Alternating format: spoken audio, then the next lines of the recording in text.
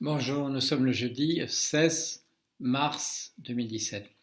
En général, quand je fais la vidéo un jeudi plutôt qu'un vendredi, je donne une explication assez solennelle et assez grandiloquente que je dois faire une communication importante le vendredi, ou je serai dans le train en route vers une communication très importante.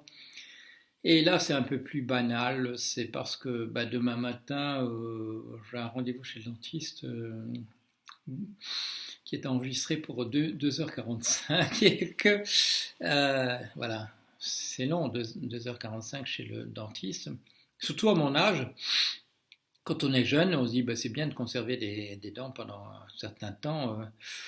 À mon âge, on commence à se poser des questions si ça vaut la peine de l'investissement de tout ce temps et quelques douleurs occasionnelles pour maintenir des choses au-delà au-delà du raisonnable.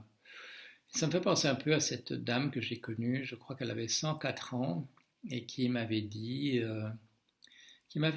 tous mes enfants sont morts, les amis de mes enfants sont morts. Euh, il y a encore, j'avais encore jusqu'à récemment, une amie de ma fille à qui je pouvais parler, et puis elle est morte, et vis maintenant dans un monde par rapport auquel je suis tout à fait déconnecté. Alors, j'ai pensé à ça, c'était hier, quand j'ai vu un reportage sur les morts importants ou les morts importantes de 2016. Et je me suis dit, un monde où il n'y a plus Leonard Cohen, où il n'y a plus David Bowie, où il n'y a plus Princesse Leila, c'est déjà un monde où moi aussi je commence à me déconnecter et où petit à petit je me dirais que voilà, j'ai plus ma place. Euh, D'autant qu'on n'avance pas beaucoup, hein, on est d'accord là-dessus. On ne fait pas beaucoup de progrès. J'ai passé je l'ai mentionné, lundi et mardi, j'ai passé 2 journées qui étaient des journées passionnantes à la Cato de Lille sur le sujet du colloque. C'était Big Data, intelligence artificielle et transhumanisme. Et ce qui est intéressant pour moi qui considère que toutes ces questions se posent dans un cadre qui est celui du hardware et du software, de la quincaillerie, comment la machine est constituée, et du software, de la manière dont le logiciel a été engrammé, codé, c'est que moi personnellement je considère que ce que je vous dis là, la personne qui est Paul Jorion, c'est une partie de logiciel, il n'y a pas grand chose d'autre, et quand la quincaillerie, quand le hardware arrêtera de fonctionner, il n'y aura plus rien. Mais quand on parle de ces questions-là, à la Cato de Lille, il y a une profondeur supplémentaire qui est ajoutée. Et paradoxalement, pour quelqu'un qui, comme moi, vante la lucidité, de voir les choses en face, de ne pas ajouter justement des fioritures si ce n'est pas nécessaire, c'est intéressant de se dire qu'une certaine manière d'ajouter une dimension supplémentaire, ce n'est pas sans intérêt. C'est comme si on vous disait, le problème se pose en 3 dimensions, mais pour ajouter un peu comment dire, de profondeur, on va le regarder en 4 dimensions, et puis on se posera la question de savoir comment enlever la dimension supplémentaire pour en parler en vrai.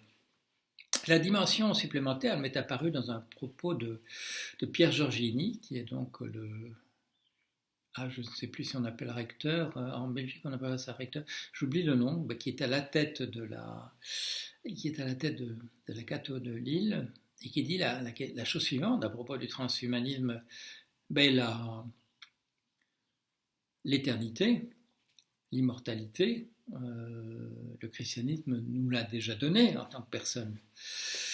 Et que donc quand on parle de cette question du transhumanisme qui promettrait et permettrait donc qu'on vive 1000 ans sur cette terre telle qu'elle est, d'une certaine manière, c'est une certaine concurrence, qui s'est établie entre deux types de perceptions.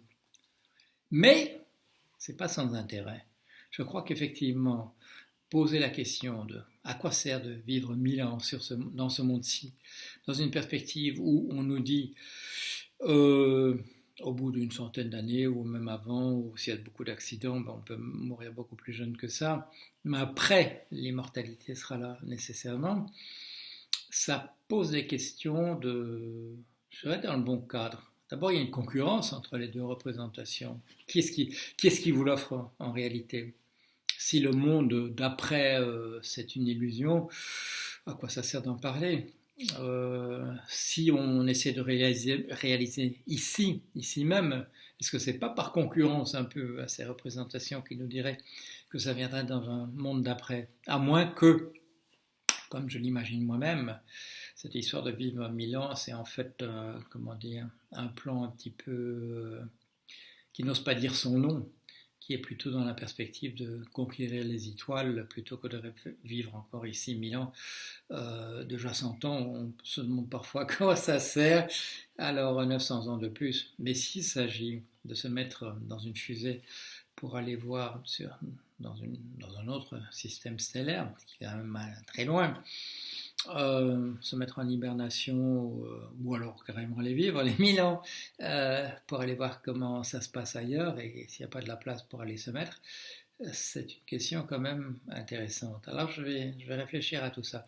Toujours est-il que ces deux jours de réunion, lundi et mardi, j'ai le sentiment, ont vraiment fait avancer la question. C'est pas mauvais qu'une question comme le transhumanisme soit discutée pied à pied, argument par argument, dans un monde où on est plutôt contre, où on est plutôt méfiant vis-à-vis de projets de ce type-là. Alors voilà, je crois que je vais essayer de mettre tout ça sur papier pour vous parler de tout ça de manière beaucoup plus précise.